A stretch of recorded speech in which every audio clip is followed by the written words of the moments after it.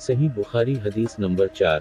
आपने वही किरत जाने के जमाने के हालात बयान फरमाते हुए कहा कि एक रोज मैं चला जा रहा था कि अचानक मैंने आसमान की तरफ एक आवाज सुनी, और मैंने अपना सर आसमान की तरफ उठाया, किया देखता हूँ कि वही फरिश्ता जो मेरे पास गार हरा में आया था, वो आसमान व जमीन के बीच में एक कुर्सी पर बैठा हवा है।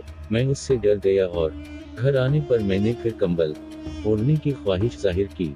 उस वक्त अल्लाह पाक की तरफ से ये आयत नाज़िल हुई, ए लिहाफ ओढ़ कर लेटने वाले, हट खड़ा हो और लोगों को अज़ाब अलाई से डरा और अपने रब की बड़ाई बयान कर और अपने कपड़ों को पाक साफ रख और गंदगी से दूर रह। उसके बाद वही तेजी के साथ पे दर पे आने लगी। उस हदीस को यही बन बकीर के अलावा लैस बन साद से अब्दुल्ला बन यूसुफ और अबू साल्ह ने भी रिवायत किया है, और अकील के अलावा ज़हरी से हिलाल बन रिवाद ने भी रिवायत किया है। यूनुस और मुअम्मर ने अपनी रिवायत में लफ्ज़ फवाद की जगह बुवाद